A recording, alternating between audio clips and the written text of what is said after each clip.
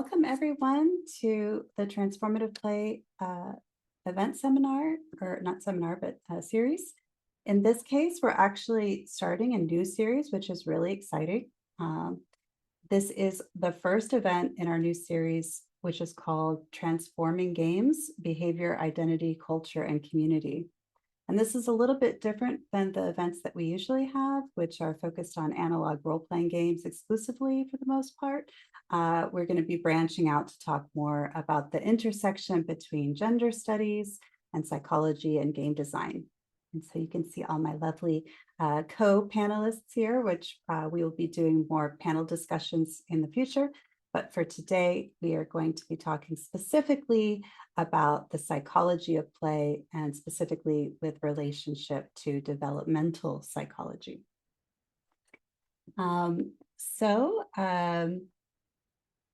As I mentioned, this is a research network. So the idea here is to bring people from Uppsala University in various kind of sometimes siloed areas and bring us together to work together and potentially create research networks.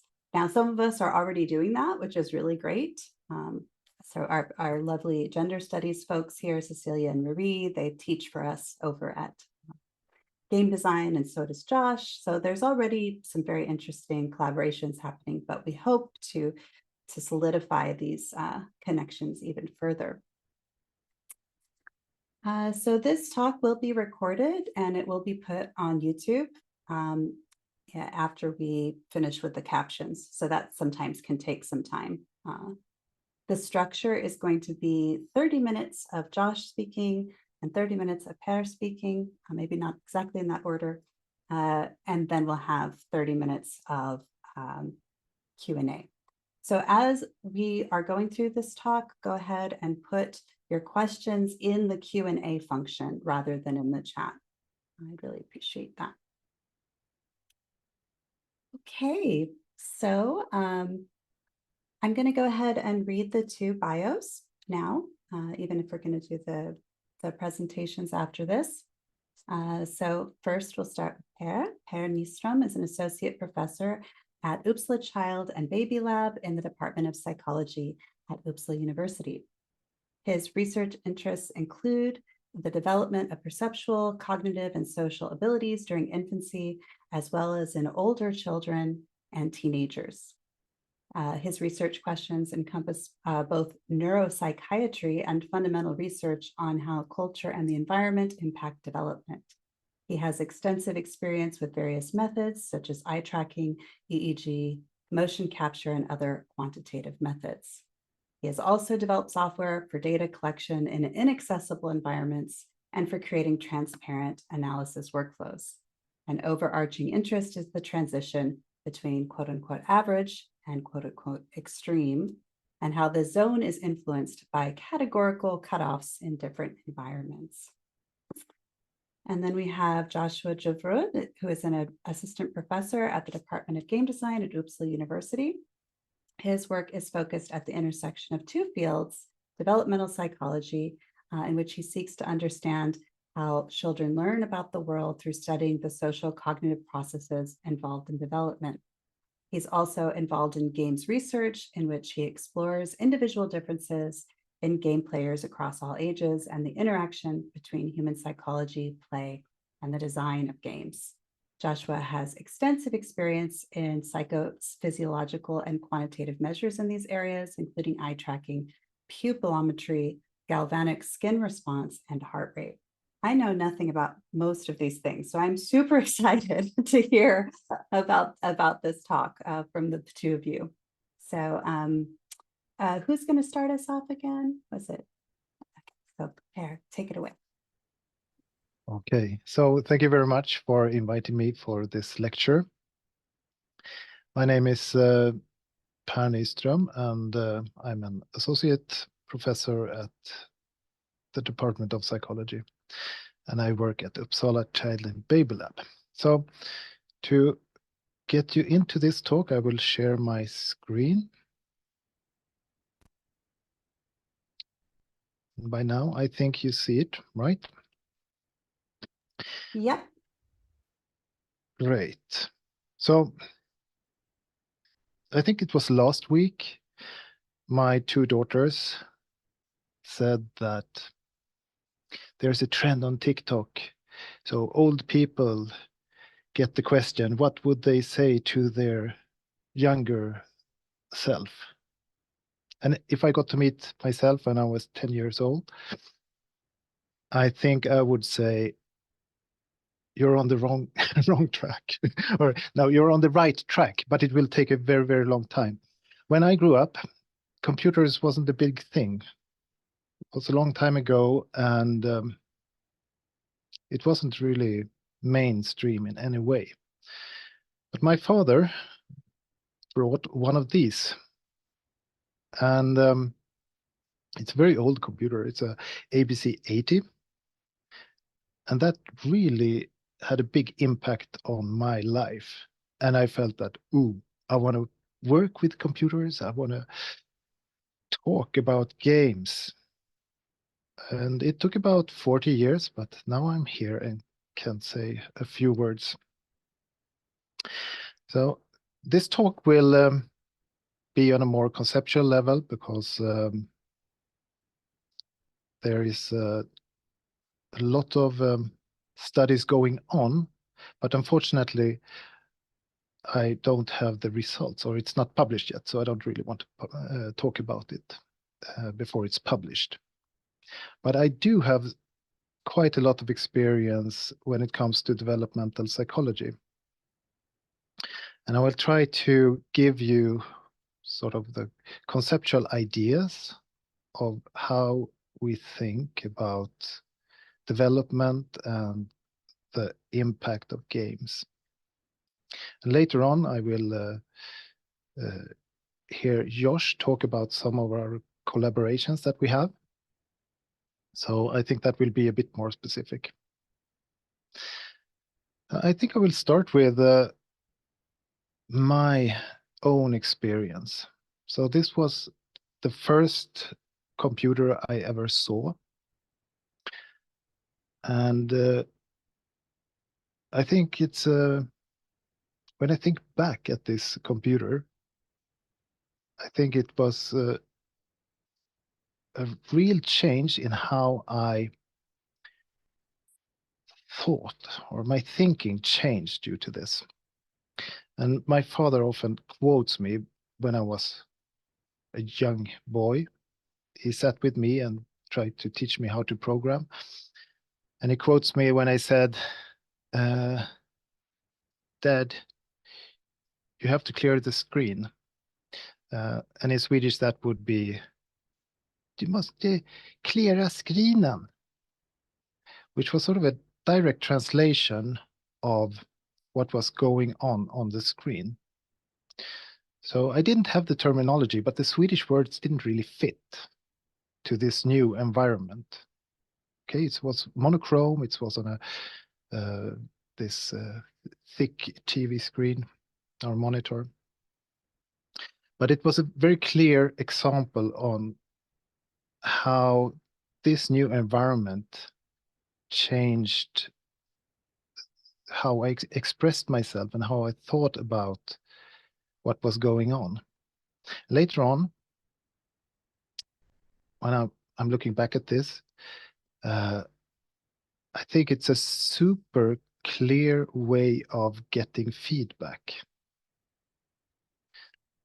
So when I was programming, I set up a small function that transformed the information and moved it to somewhere else. And it was instant. So I immediately got a feedback from the computer saying syntax error, usually. So I also had to change my way of thinking so that it fit with the computer. So nowadays you can tell AI to make Flappy Birds game and it can make it for you. But at this time, I really had to adapt my thinking. It was something very different from what I've had before in my world. And of course, I got really stuck with the games. They were so immersive. This is probably the first game I ever played. It's Masken or Snake. And I thought it was interesting. I have two siblings, an older brother and an older sister, and they didn't really see the charm in this. So I think there was a bit of a divide between us. So I was the one interested in computers, and they were being regular kids. So I was a bit alone with this kind of gaming and this kind of computer. But then something happened. There was a new kind of computer built for gaming. This is the Commodore 64, well-known computer. And this was completely different. I wasn't alone anymore. My best friend got a C64 when I was in middle school, and we really socialized around this machine. So we were often 4 to 5 people waiting to get the joystick. We were looking at the same screen. So there was a lot of joint attention going on and turn taking. And since I'm in developmental psychology, I think it's super important to talk about joint attention, shared attention, and turn taking, and how you do interactions with your friends. So I think this one is actually really well suited for children. And it was not too much abstract thinking. So in schools today, we have a large emphasis on abstract thinking, which is not very, it's not a big thing in these games. Instead, it's a lot of memorizing, sort of learning to do things by heart. So this is the game I.O., which is, I'm so bad at this game now. But my kids, they learn faster, they remember. So it's easy to learn, and it's one of those cases where children get better than adults. So another example of that is playing Memo. Children are often better than the parents, and it's super good for their self-confidence to get better.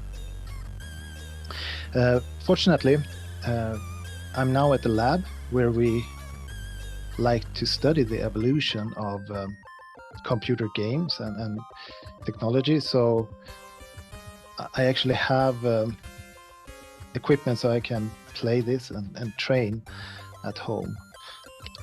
Per, would it be possible? Oh yeah, the music was a little bit loud for people. So if we could maybe advance the slide, that would be great. So there will be more music, but then I can turn it off, I think. No. Yes.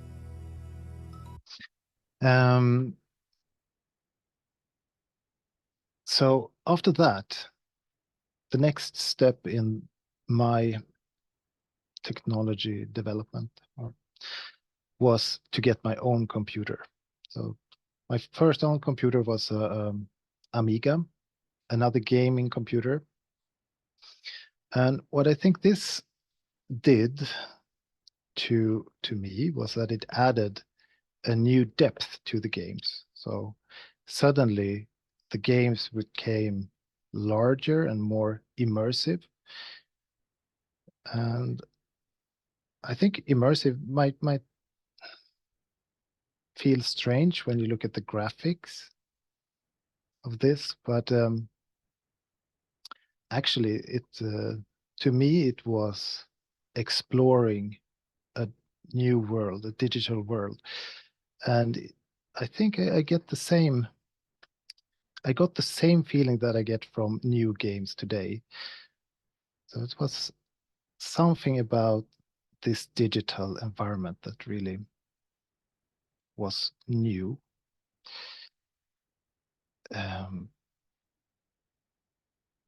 So I was planning to play some old music, but I had in the background the music of to this game, The Secret of the Monkey Island. So it not only added a new way of storytelling that was tailored to young people, but it also created a sort of a new cultural, a new way to express culture and new music styles. So the music chips of these computers were, yeah, it has this electronic sound to it. And I really loved it. So when I got my computer, my Amiga, I actually moved more into creating music with it. I didn't make a lot of success with that kind of music. And again, my friends didn't really understand why this was interesting. But it was sort of, I think it was something for me to develop in. And it gave me a sense that I could do things that other people couldn't do. So for me, I think it was quite good for the self-confidence. So at that point, I stopped playing games. So when I sold my Amiga, I didn't play games for a very long time. I didn't find it interesting. I did music on the computer. I bought a synthesizer, and I also did a bit of programming. And it wasn't until this game came, and this time I can't turn off the music because it's outside of my screen. But it's Myst. And that was a really interesting game because of the philosophy of the game. So people started asking questions like, did this world really exist or not? So it started to be a blend with reality. So the games, the digital world and the real world started to blend. And I think today, I'm still, when I think back to the old games and what we can do today, this is a screenshot from Unreal Engine 5's web page. It just blows my mind that we can do this. So we're at a point where immersiveness is so it's fantastic to see that these worlds do exist and that these communities exist. And for children growing up today, it's a completely different story. You're not seen as a very special person if you're interested in gaming. Still, today, I don't play a lot of games online. I do a lot of programming still, and I do something simultaneously. So I do board games. And I think there's a parallel between the digital games and the board games. When I started to play these immersive games of exploration, so on, I also played a lot of the Swedish version of Dungeons and Dragons, Drakar och Demoner. I started creating games. So Josh and I have been playing a lot of that game. And I think it's quite striking that board games became Årets julklapp, the Christmas present of the year. And I think it's because of how it connects old people who cannot really, who are not digital natives. with the younger people who actually are. So, of course, COVID was a very special event in society, and we had to adapt a lot. Board games had a really strong surge. And I think that this is a way for different generations to connect. So those who can't play digital games, they can often play board games. Maybe not Dungeons and Dragons, but old-fashioned kind of board games. And we have something that works across generations. So that was my gaming experience. Of course, a lot of things happened in terms of technical development. The PCs got better and better. We started to have dedicated graphic cards and everything. Nowadays, a lot of kids have a phone or a tablet that they play on. So it's been interesting to see this development. But I got stuck in programming. So I've done a lot of different types of programming. So started with Turbo Pascal. I studied cognitive science. And there I learned how to program Lisp, but I put it in a parenthesis because I really don't know how it works. When I was a PhD student, I had to learn MATLAB. So I do that a lot during my working days. When I was done PhD, I had to learn ActionScript. I sort of thought that I knew how to program that, so I said that in an interview, and then it turned out that I had to be on a completely different levels. But I sort of faked it till I made it, I think. And then when I got back as a researcher, I started programming in C# and using Unity to create games. So I had a really strong interest when I was young. And I again have an interest in gaming and development, but this time with human development. And there are many people along me who share this interest at the Uppsala Child and Baby Lab. So computational thinking and programming has been a very hot topic in developmental psychology and in schools. So in kindergartens, kindergartens used to have a tablet so they could teach infants and the toddlers how to use digital media. Then that was sort of thrown out, and instead now there's a wish to get a lot of kids programming. So we're doing some research on that at the Uppsala Child and Baby Lab. So I have a colleague, Elin Schröder, who is now meeting 5 and 6 years old, and they have to program a robot. So the kind of research questions that she have is if children are motivated. So they have to program this robot without code and just placing blocks.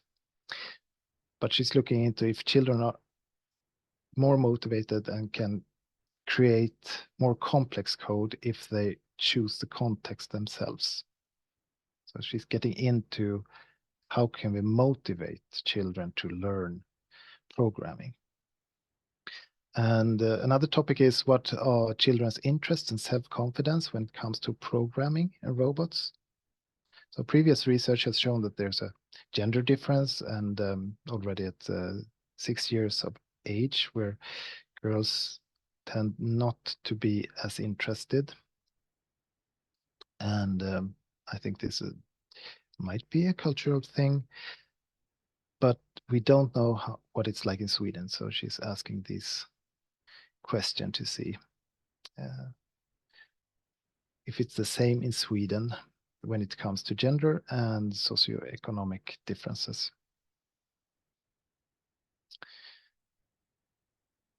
Okay, so that was my programming part. And then I had an academic path.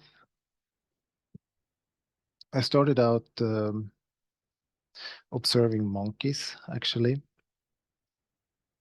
because I had to move to a new environment. And during that time, I could actually use my programming skills for the first time.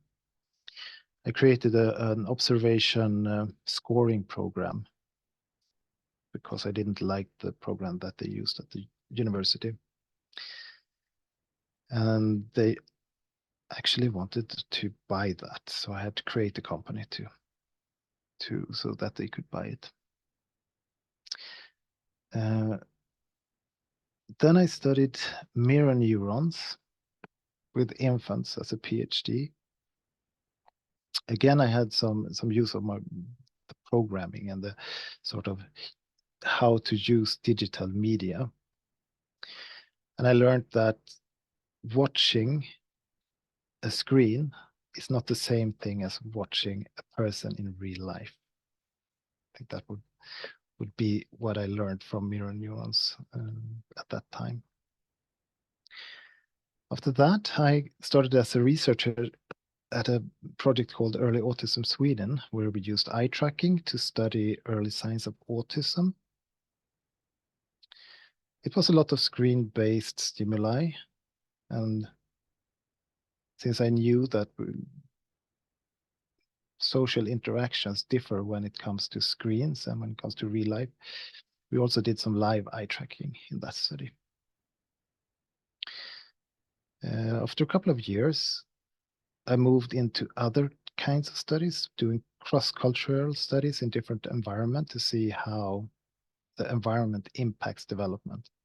So we've been running studies in Bhutan, in Turkey, in Zimbabwe, in Uganda, and trying to see how the environment impacts the parents and the children when they grow up. So it's very clear that the environment is important for development. And I'll get back to that a bit later.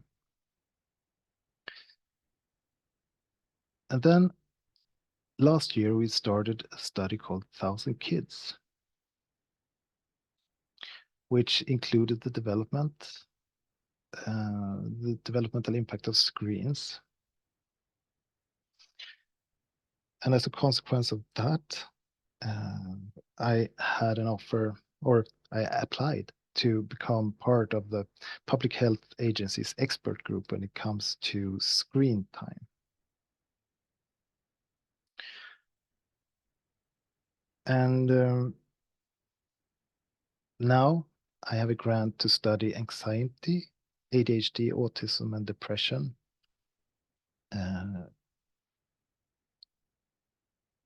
So it's all a mix of different things.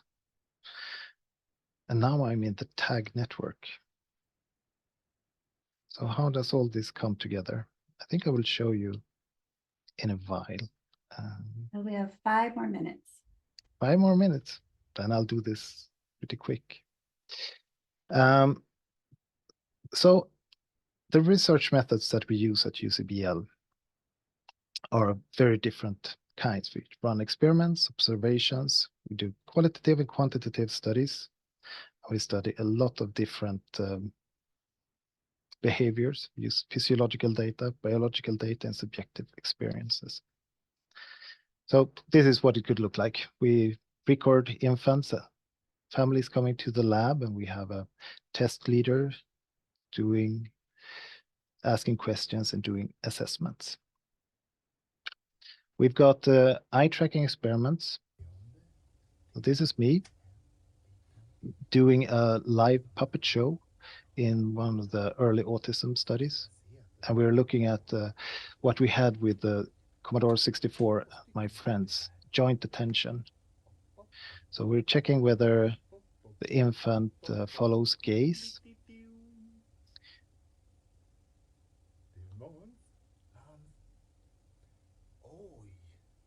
In this case, it seems like the infant followed gaze. We also look at other things than behaviors. So we can do recordings of how the brain develops, how the child attends to different kinds of stimuli, like motion and coherent motion in a display.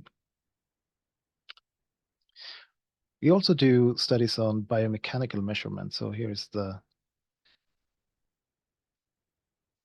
development of a child that is learning to crawl, or actually this movie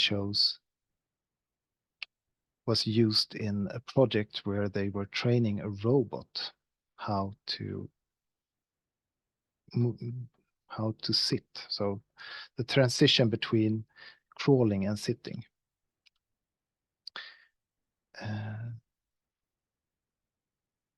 Because the robot that they were building was very expensive, and if it fell down, it would break. This is some 20 years ago, but they use the data from the infant to model a virtual environment so they could train the robot before it went out in the real world. I thought it was exciting because they used infants as the model, and they wanted to model cognitive development. So motor development is also something that we can study in the lab. And this is one of the a screenshot from one of the games that Josh and I developed, and that we have submitted a manuscript about this. It's a arcade type of game where you shoot at these enemies that look like stars, but we made it a bit difficult. So we made it a bit harder than usual to control the spaceship. So in order to master this game, you have to learn a new motor skill. And it's also a delay in the weapon. So when you shoot, it will explode after 1.5 seconds, which makes it a bit more difficult. And you have to use predictive action prediction to predict what will happen in the future. And this is something that is really important when it comes to motor development and for infants when they interact in the world. And we use this to see if the skill that they learned would transfer to other games. So this is another game that we tested the players on. So this, I think, using games for study development is really good because it provides a very ecological environment. So children are playing a lot of games, and it makes a lot of sense to study them in a real ecological environment.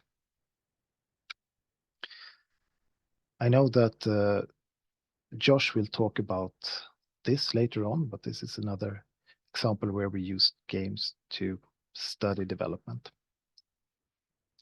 This presentation might have sounded a bit fragmented, and I agree. But what I wanted to do was sort of not give you a really red thread. So when I talk about developmental psychology, I often think of it as an area of a lot of different things, and then I sample within this area. I usually say that in the beginning of the lecture, not this far into the lecture. So I'm not expecting you to have seen a really red thread. But what I have done is that I've touched upon 3 developmental pathways, and I use myself as a subject. So the first path was computer and game development. So over time, games have developed, and they will continue to develop and be designed to probably attract our attention even more. The other one is the academic development. So how we started to study the use of screens and how this have become more and more important. And the third part is the method development. So how can we take all of this together? Well, I think that this model by Uri Bronfenbrenner is very good at sort of summarizing what we want to do. When we study development, we have to consider all these levels. So starting with the individual, and that's usually what we look at in psychology. We look at an individual and think about things like sex, age, health, so on. But we can't stop there. We have to take into account the microsystem around that person. So the family it lives in, how school works, what are the peers like. The mesosystem is the interaction between these systems and how they build another layer of complexity. All this is embedded in the ecosystem with the society around us and how that works. And the largest level is the macro system, where we have the attitudes and the culture that everything is embedded in. And when you look at it like this, it looks pretty complicated. But then remember that we shouldn't forget about time. This also changes. All these levels change all the time. And you shouldn't forget about the neurodiversities of all the people. So it says sex, age, health, etc. But there's actually a lot to it. And I think this is where it becomes interesting for when it comes to neurodiversity. And for example, autistic traits can be expressed very differently in a real world situation or in a digital environment. But when it comes to digital environments, I think it is so interesting to see how they can provide environments where people can thrive. Of course, there's also a lot of difficulties to this. We should probably have 1 more minute, if that's okay. Yeah, I know. So I have 2 more slides. So what we try to do right now is that we have to capture the complexity, we need to have large scale studies. So we just started a study called 1,000 Kids with infants 6 to 12 months, and we will follow them until they are 16 years old. And we will do a lot of data collection on them so that we can get a good starting point when they are young, and then follow these individuals through their lives, through school and so on. And with that data collection, we're not finished until they are 16 years old, so that will be the end of my career, hopefully the peak. I think I stopped there. This study has been in the news lately.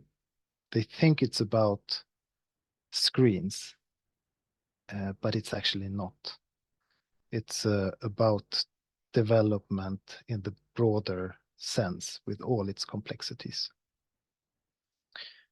I will leave over to Josh now. There are some take-home messages. We should not forget time. I think it's important to recognize that the digital environments can be both good and bad. I think this research area is still very, very young, and it will take a lot of time to get some clear results. But we just have to continue doing it. Okay. Sorry for taking a bit too much time. I think I will stop sharing here.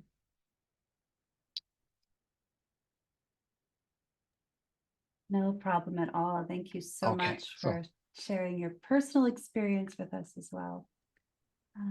Josh, would you like to tap in? And don't worry about going over. We don't have any questions yet, so just cover the material that you plan to cover.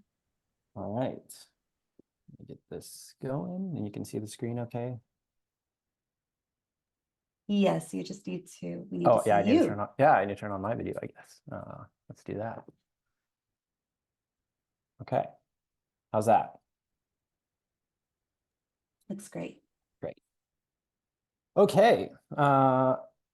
Thank you, Per, and thank you for having me here today or this evening or whatever time it is where you're at.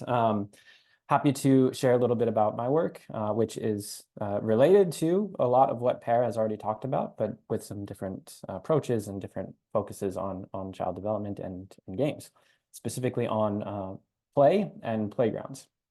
So again, I'm Joshua Juvrud. I'm an assistant professor at the Department of Game Design.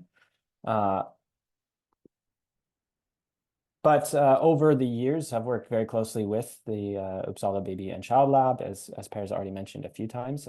This is partly due because that's where I did my PhD. So I'm actually a research psychologist and now study games at the Department of Game Design, kind of an evolution in my career. And could not have dreamed of a more fun job to have right now, an area of research. So I'm very happy to share some of the work that I'm doing. So as Per has already talked a little bit about in terms of methodologies, most of the work that I have done over the years takes place in a lab or a lab setting. Sometimes this includes a child looking at a computer screen, or an adult, or in some cases an infant. Sometimes they interact with adults in some kind of experimenter context. But in most cases, these experiments are very carefully controlled, designed to test very specific variables or areas of cognition or social cognition. And this is, of course, very important in the experimental design. And in most cases, it's very necessary.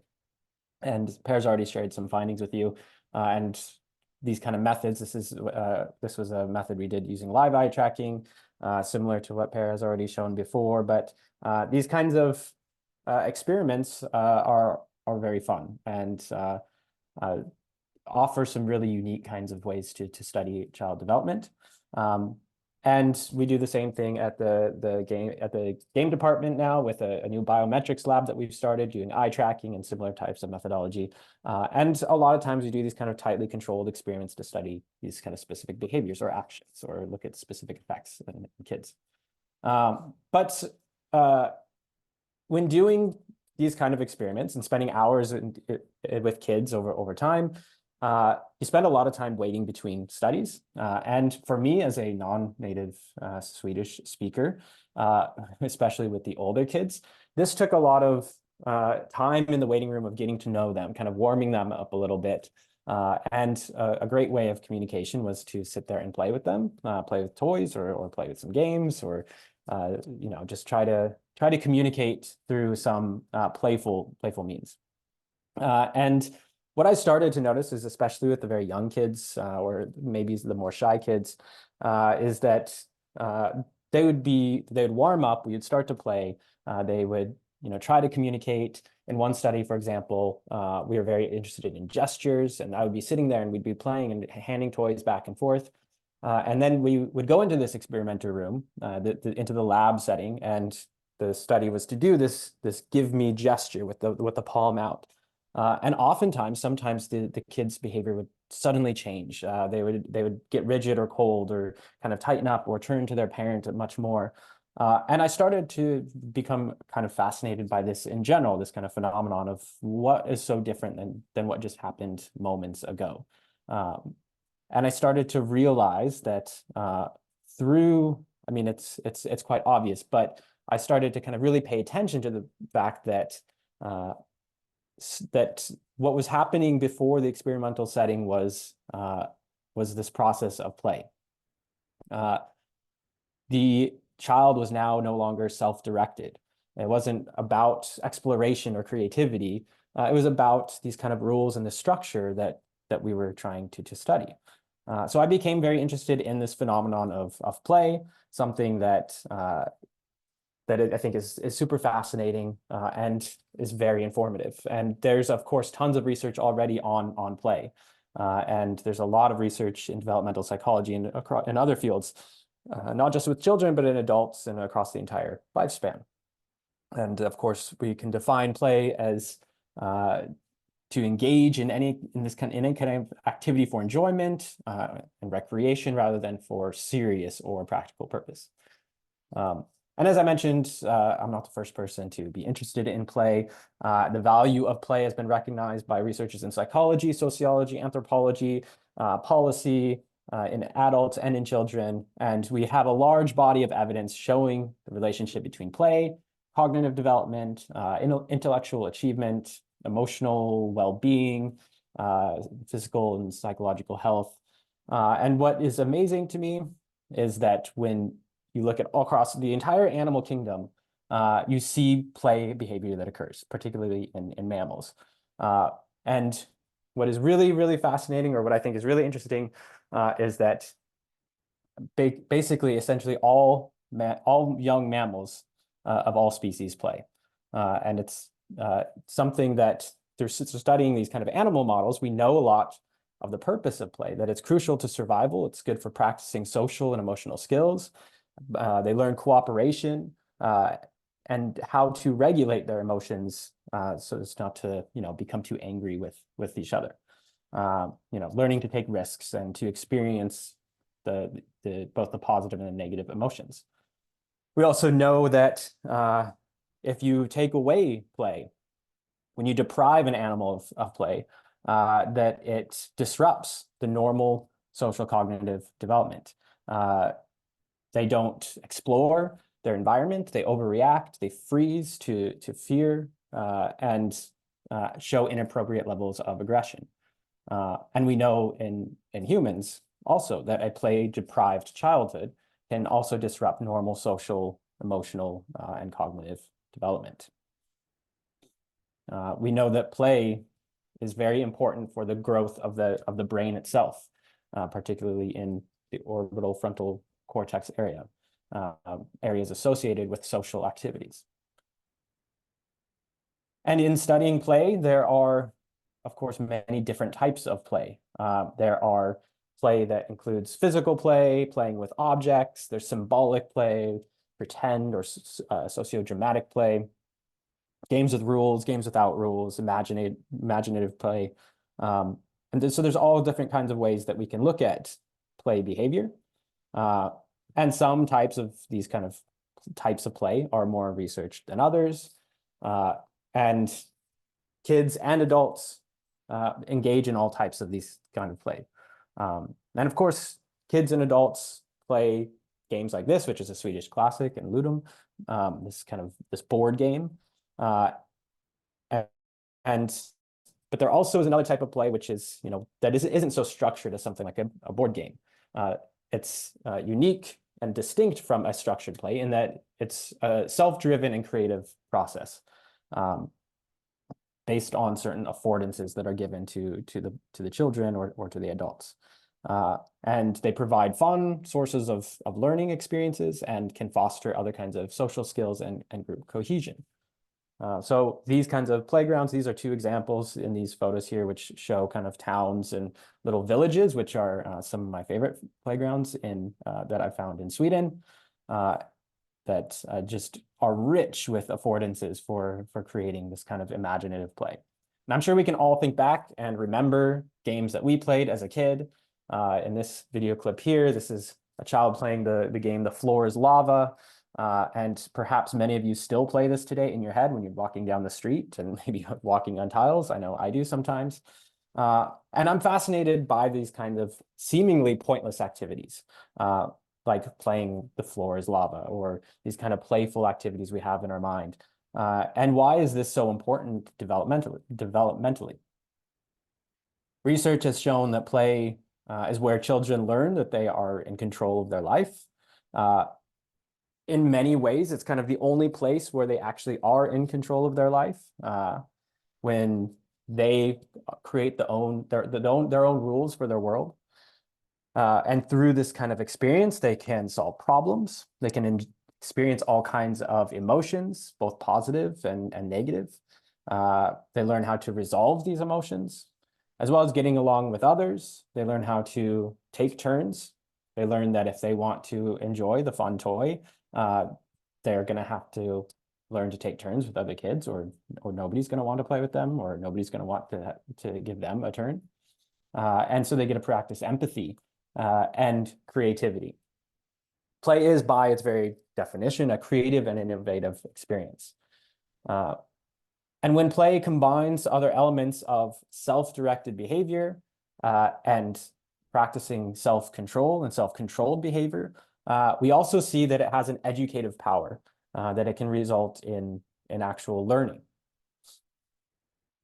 So today, much of the research I do is centered around play. I conduct studies with both children and adults of all ages, looking at different aspects of play and what effects this kind of play has. But one thing that's been very interesting to me, and this is very similar to what Pears is talking about, is also the evolution of play, and that the way that play is changing, new digital forms of play. In just the last 10 years, even the last 5 years, you see rapid evolution in technology and different types of play. We all probably are familiar with this classic game of Super Mario Brothers of running from left to right. But as different technology and different affordances for play continue to evolve, so does the type of play. You can look at games like Minecraft, which feel very different than a classic Mario game. There's no left to right. There's in fact, no very specific goals. There's not a flag waiting for you at the end of a level. It's an opportunity for children to have self-directed and self-controlled play. It has a lot of similarities to other types of play that you might also be familiar with, things like Legos, or things like playing in a playground. Again, playgrounds offer self-initiated exploration, environments that create affordances for goals, which leads to creativity, innovation. And now today, we see this kind of transformation of playgrounds into digital playgrounds. We see the same affordances, the same type of opportunities for creativity, for innovation, and also for social interaction occurring in digital spaces. I think this is a fascinating area of research to understand what is happening in a digital space of play and what we can learn from the kind of play that occurs in a physical space and when that is translated to a digital space. This is a particularly important question with the evolution of games and the little merging of digital and physical worlds with things like AR and augmented reality, and of course the big app Pokemon Go, which also brought together physical and digital play.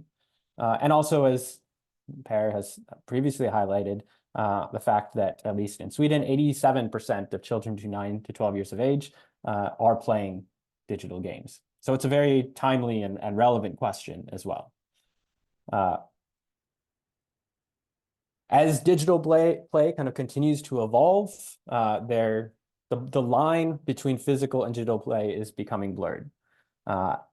So for me, it's very interesting to understand how children engage with these tools and these experiences, and also in what ways can these be used as tools for learning.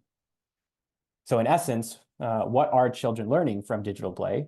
But also, how do we study it? What is the best way to study these experiences that they're having? And what does this compare to what we know and what we can observe on from a physical playground? And these are the kind of questions I'm exploring. Per summarized it nicely at the end that there are different levels of this kind of study. I am particularly interested in looking at individual differences, neurodiversity, differences in personality, what each person is bringing to a play experience, but also the context that they're in, the context that play is placed in, whether that's cultural, environmental, or even just a small micro-social kind of context. So some work, this is not work that I did, but this is a work that's been replicated across many, many studies that just simply shows that the consequences of this kind of play leads to not only learning, but creativity, creative output, brainstorming, and kind of the production of ideas that doesn't happen when you tell a group to strictly come up with ideas versus having a group that is instructed to play out their ideas or to play together to create ideas. So that just the act of changing that context for performing a task or coming up with output can drastically affect what happens. So in some studies, they literally tell adults to produce or come up with a result, but behave like children. And this puts the adults in the mindset of, okay, well, I'm just going to be imaginative, creative, and play. And then they end up having far more output.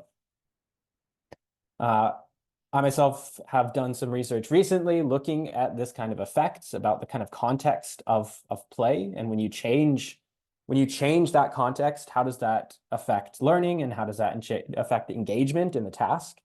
So we recently did a study with a novel digital game that was very puzzle-based, logic-based, and everything in these two games were exactly the same except for how the game was framed. So one was framed as playing to win, the other was playing not to lose. The goals were still the same, but how it was framed drastically changed players' behavior, their engagement on the task measured through things like heart rate and galvanic skin response. And simply those that were playing not to lose were less likely to learn the pattern and had overall lower engagement in the task. And there's a lot of work on this kind of general phenomenon, these kind of framing effects. But here specifically, it shows the way that play itself, by having kind of a positive self-exploration, self-driven motivation, can remove this effect of the effects of failure and the negative consequences. There's a great TED talk on what's called the Super Mario effect, in which Mark Rober talks about how by focusing on the princess and not the pits, we're more likely to stick with the task and then as a result also learn more. And it's very true. And it's something that I've seen in my own work and starting to study this in children and adults, this Super Mario effect, that when you're focused on having fun and when you're focused on the playful nature of learning, you're less likely to give up, you're less likely to, or you're more likely to continue pursuing your goals. It's very uncommon, I think, that somebody picks up a Mario game and the first time they fall into the pit, they say, well, I give up, I'm done playing, never gonna pick this up again because I failed. No, we come back and you play again and again and again, and you get better and you learn through playing. And as Mark talks about, that this actually sneaks into our life quite often. There's two pictures here of two Mario levels, one with a lot of obstacles that looks very difficult and one with a very just flat path straight to the goal. And in one condition, it's going to be a lot more difficult, but a lot more enjoyable in the end because it includes challenges. It includes pitfalls and obstacles to overcome. And when we approach that through a playful attitude and behaviors, we're more likely to learn and stick with those goals. I think most of us would say that we'd feel much more accomplished finishing the second level than the first one where you just run in a straight line. So to study these kinds of effects, we've been taking many classic kind of effects or phenomena that's been studied in development. In this study here, it's called the Blickett study, which measures kind of children reasoning, in this case, causal reasoning, how they learn causal property or the causal effects that objects might have in the properties. And in this kind of study that was been done before, they did a lot of observation showing these objects and then gave it to the kids and said, okay, did you learn anything? And then the kids would try to replicate and see if they, basically see, could they learn these causal relationships between the objects? But what we wanted to see in a study is, well, could they just do this on their own? Do they need observation? Do they need to be shown this repeatedly? Or if we just put them in a digital game with the exact same task, will they just do it on their own? And indeed, when you create these kind of causal reasonings, these logic tasks in a digital game, in these studies that we did with children as young as 4 years old, they could pick it up like that. The amount of times I had parents who came in who said, well, my child's really never touched a video game controller before. I don't think they're going to be able to participate in your study, but we'll try it. Put them down. 5 minutes later, they're cruising across the map better than most adults actually who participated in the study. So they can learn efficiently and effectively through digital games. And when it's fun and when it's this kind of explorative play, we can see that they can learn the exact same things that have been studied in other kinds of contexts. So this is the game that Per was just briefly mentioned or brushed over that we developed called the Ludum Detector, or the Ludum game. This is a game. It's a plugin in Unity that we developed that allows us to create custom game scenarios, game environments, game objectives, control everything in that game, from sound to effects to lighting to the models to everything. And importantly, everything is recorded and time locked for data collection. So this allows us to look at explorative play in a way that we can't in real life, where we can actually measure every behavior, every movement, every look of the player, and integrate sort of some standardized research experiments into a playful situation, where especially young children might not even realize that they are in a lab and in an experiment. They're just playing a game and having fun. Per also mentioned the study looking at those two other games that he developed, the more classic arcade games. This was part of another study where we use eye tracking data to measure performance and to measure learning, or at least properties of learning. So we can see like motor learning, for example, and as a part of motor development, also specific to certain types of games, motor skills that are required. And in that study that hopefully is published soon, we also looked at musical instruments as well, musicians, whether those kind of skills can apply. So we can measure a lot of aspects of learning through looking at psychophysiological data and looking at things like the eyes, the movement of the eyes, or the dilation of the pupils even. And then we can also study how we learn through play with others. So social interactions in play. In a specific study that I did, we were looking at sharing behavior or altruistic behavior and how it's related to very specific design mechanics. So in this study, we looked at individual differences of children who came into the lab and were told that they were going to be playing a fun game with another person. They weren't told if they were playing against them or with them, but just that there's another player also playing. We measured the child's own kind of prosocial behaviors, personality, different attitudes they have, experiences with games. And then they had a self-reported gender identity. So how much do they identify with masculine or feminine traits? And then had them play a game in which they thought they were, this says waiting for player 2, and they're shown kind of their performance across levels. And they're told if they get 100 coins, then they'll win a prize after the game. And then it's also shown player 2, how well they're doing. Well, periodically after some levels, player 2 is really struggling. And player 1, the child is asked, what would you like to give some of your coins to player 2 to help them out a little bit? So we can measure how much they want to share their own resource with player 2. And of course, this goes from a very high risk when they don't have many coins to a low risk at the end when they have more than enough, they've already won their prize, are they still willing to share with another child? And then we can take this one step further, where now they finish the game, they get their prize. In this case, it's a little bag of cookies, but the experimenter puts on a wonderful performance of, oh no, those were the last cookies that we had to give out. The next child who's coming in after you won't have any cookies to win for the prize.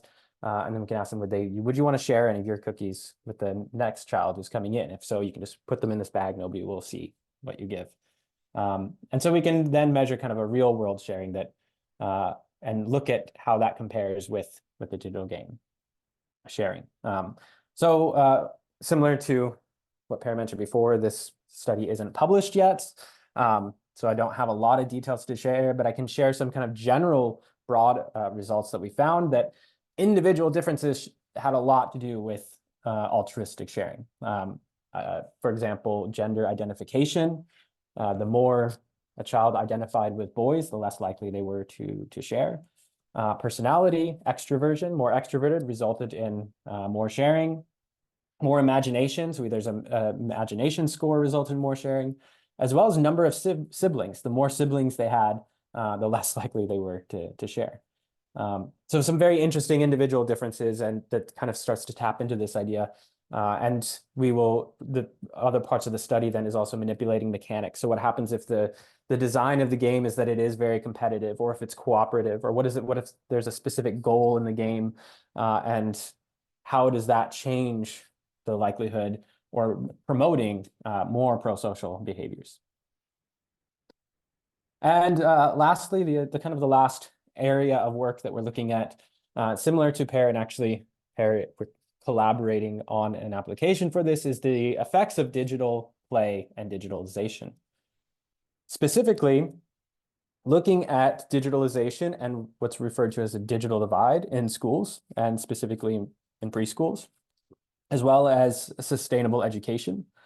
And in this study, we're looking specifically at Sweden and in the country of Bhutan, which these two cultures have had very different approaches to both sustainability and sustainable education, but in relation to digitalization and digital tools. We know that kind of as the global community has a major goal for healthy child development, which is to provide developing children with equal chance to realize their human potential, achieve social justice, and contribute to sustainable development, and responsive and nurturing environments that provide opportunities to learn are one foundation for achieving this goal. So we're interested in examining what role does digital media use play in achieving this goal, and research examining how these factors relate to both home environment and school environment is actually quite limited, especially in countries like Sweden. We know from evidence done in some contexts and in some countries that there are both benefits and risks associated with digital media use. Things like digital experiences or social interactions, mental health, accessibility, socioeconomic status, all of these have different benefits or risks that are associated with a child's well-being. One of these is what I refer to as the digital divide. This idea that particular schools or maybe families might make a conscious choice to emphasize or to limit the use of digital media in the child's education. In Sweden, there are private schools that specifically do not use digital tools in education, and parents can elect to send their children to those schools. But sometimes this also isn't a choice. So a lack of any kind of physical access to technology or the skills or knowledge that a parent might need to effectively use these resources may be lacking, often due to things like economic factors.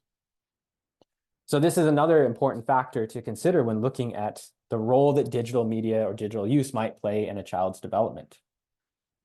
As Per mentioned, Sweden has had a little bit of a back and forth on this approach.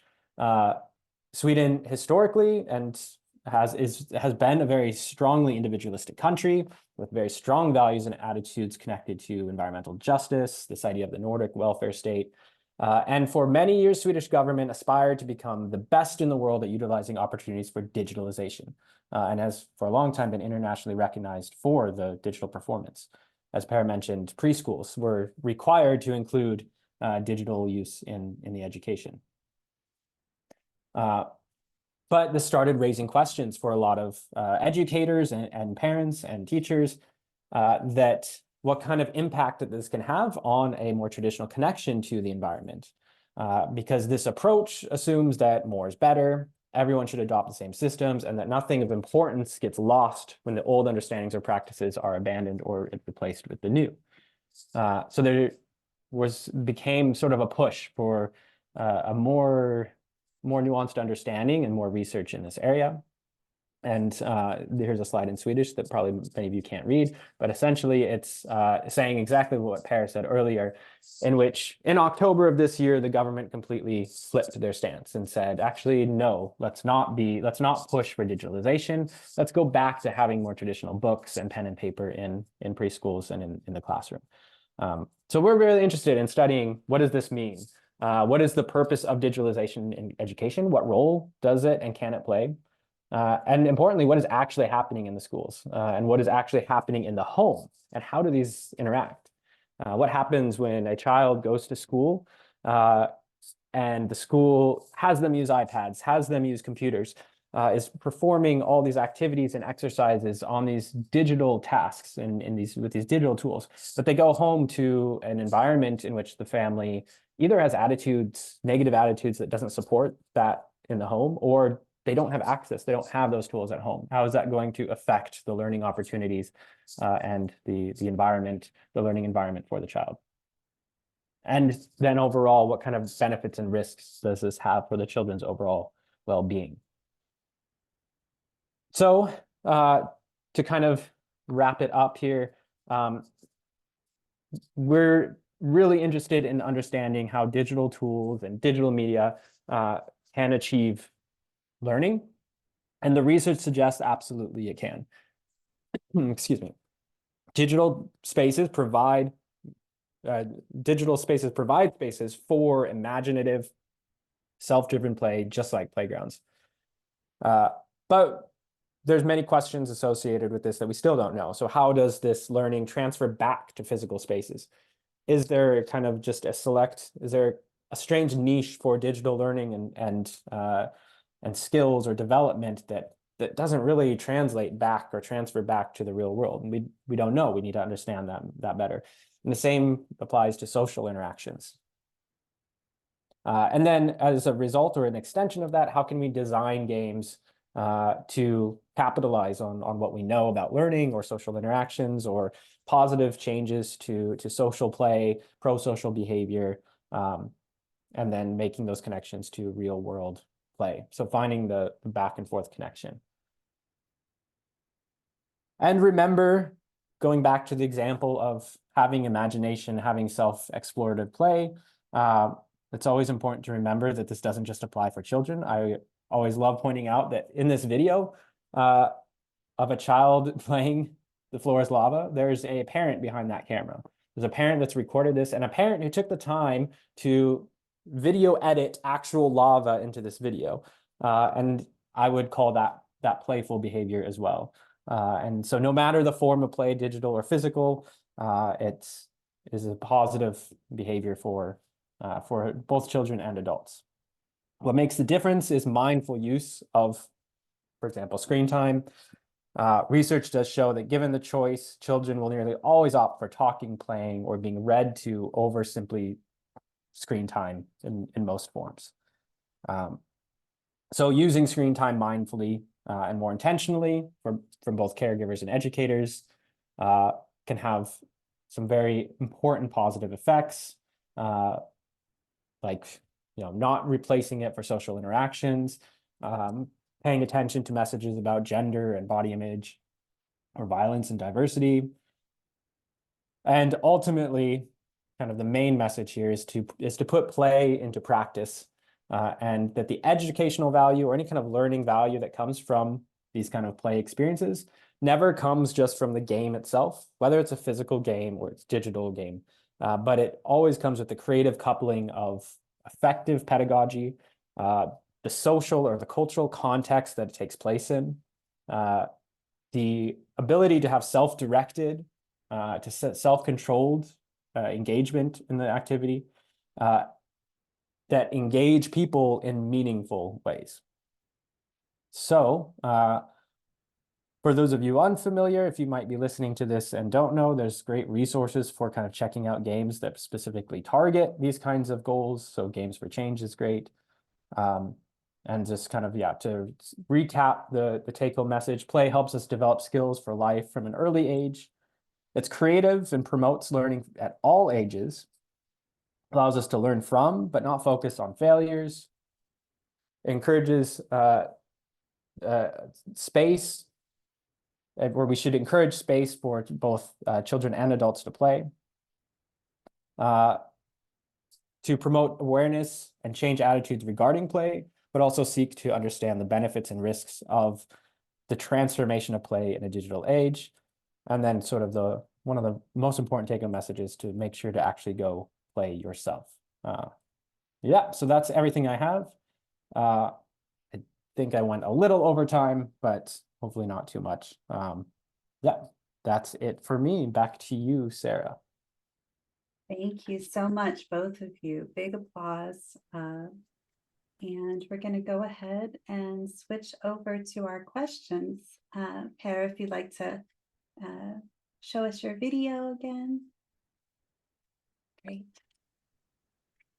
Okay, so we'll try to do this rather quickly, so maybe so we can answer as many as possible. So maybe like bite-sized answers. Have you seen your areas of interest and research impact the later development of late teens and young adults? This person works with college-age adults who are still developing in many ways.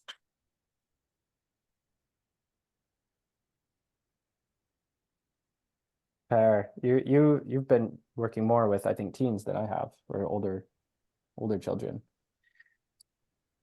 Yes, and I'm not really sure how to answer this. I think the question is like around this concept of developmental psychology as more of a lifelong process rather than just ending when kids turn 18, for example. I think there is a lot of research on this, and I think I'm mostly into the transition between childhood and late teens. So at puberty, what happens when you start reaching out to new communities and so on, and how this impacts your identity. So online it's very easy to go niche picking. So if you're interested in something, you will seek and you will find what you're interested in, and that will sort of create feedback loops for your development. So you can very rapidly change the direction of your development. So yeah, I mean, the only thing I can add is I've been teaching for quite a few years a course on emerging adulthood, so the transition from adolescence to adulthood, and that is a period that I think digitalization and digital tools have really been, I mean, just simply going all the way back to the technology revolution and continuing today, the way that digitalization is basically affecting this stage of development in a lot of ways, because it's a stage about exploration and it's finding one's identity, and digitalization and digital tools have provided a lot of opportunities for that, for both better and worse. But it has, I think, there are a lot of interactions there between a lot of developmental processes, everything from career and work and education, the fact that we can have this session right now over Zoom, and but also things like, finding love. And there's a lot of research in, okay, what are all these dating apps? How is that changing finding identity or finding relationships? And so, yeah, I think I haven't researched it myself, but I think digital tools and digitalization and even games, there's a lot to be looked at in emerging adulthood, especially. There's a question here. This seems like a more like epistemological question, but What is the function and limit of defining play as opposite to seriousness or to work? I think there's a lot of different ways you can define play or look at play. I think in the context of my research or the examples that I gave or what I'm talking about today, the way to define play in that kind of context is kind of this focus on self-driven, self-initiated, and explorative activities. So there's a lot of structured kind of play, of course, but it usually kind of brings in a lot of the self-drive for engagement in that activity, whereas work might not always have that. Or and I don't think seriousness, I think you can have very serious play, and so I don't think necessarily seriousness is an opposite to play, but perhaps work is in some ways, that in the ways that I was talking about today. I think I would add that work sort of says that you're producing something, you're doing something for some kind of good. But with play, it doesn't have, play is not an instrument to do something else. Yeah. The value emerges in itself. Yeah, and like I said in my talk, and oftentimes it is completely pointless, and that is often the point of play too. I think today it's really necessary to do to think about why you are doing things, and if you're not doing it for a reason, I think it's very good for your health. Actually. Interesting. This kind of follows up with the question, maybe just a quick answer on this.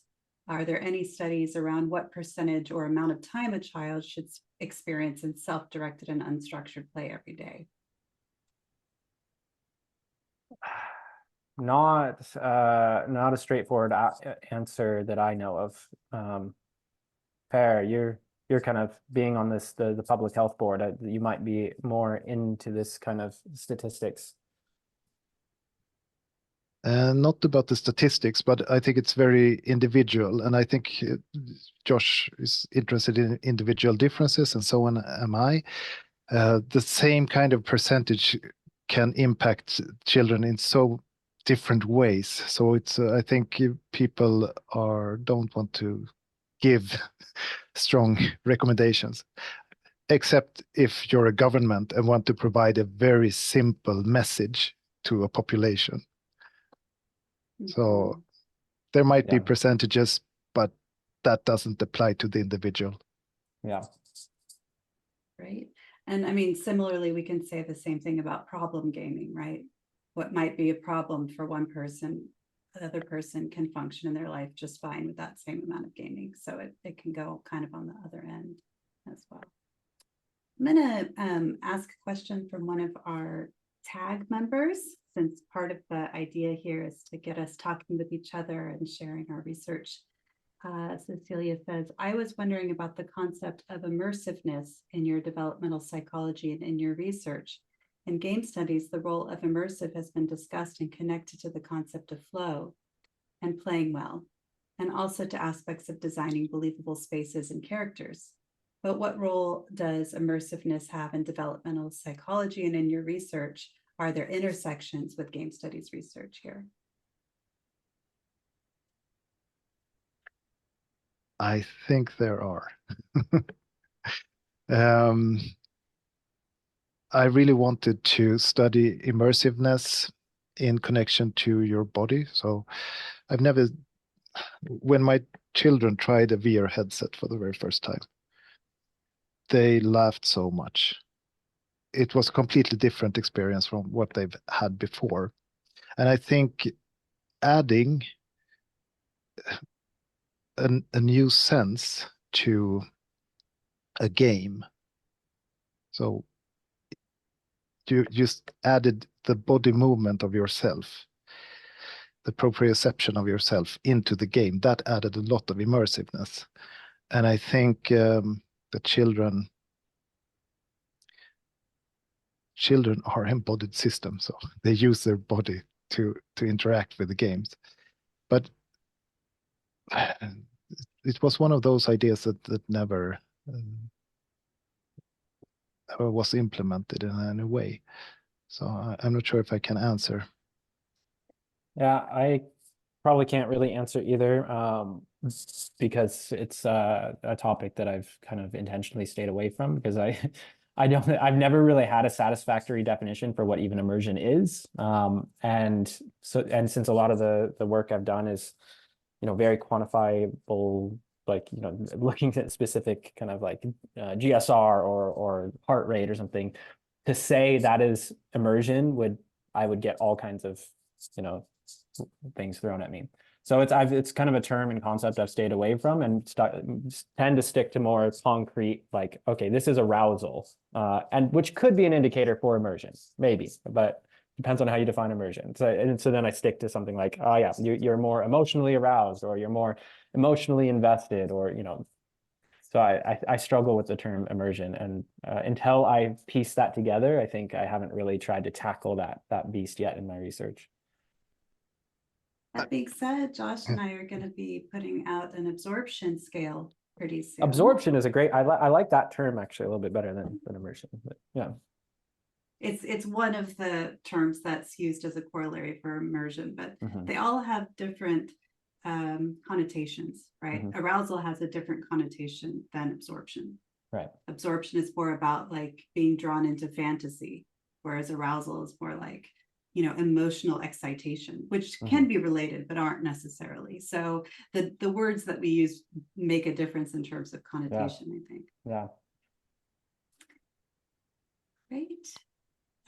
Yes, absorption scale is fascinating. We're also looking at transliminality, which will be very interesting. So keep an eye out for when that scale goes out, and share it with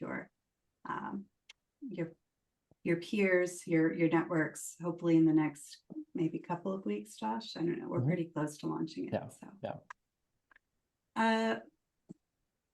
Let's see if there's one question, because we're kind of at the end here, but I think an important question is thinking about the nature of having like win-lose strategies in these games.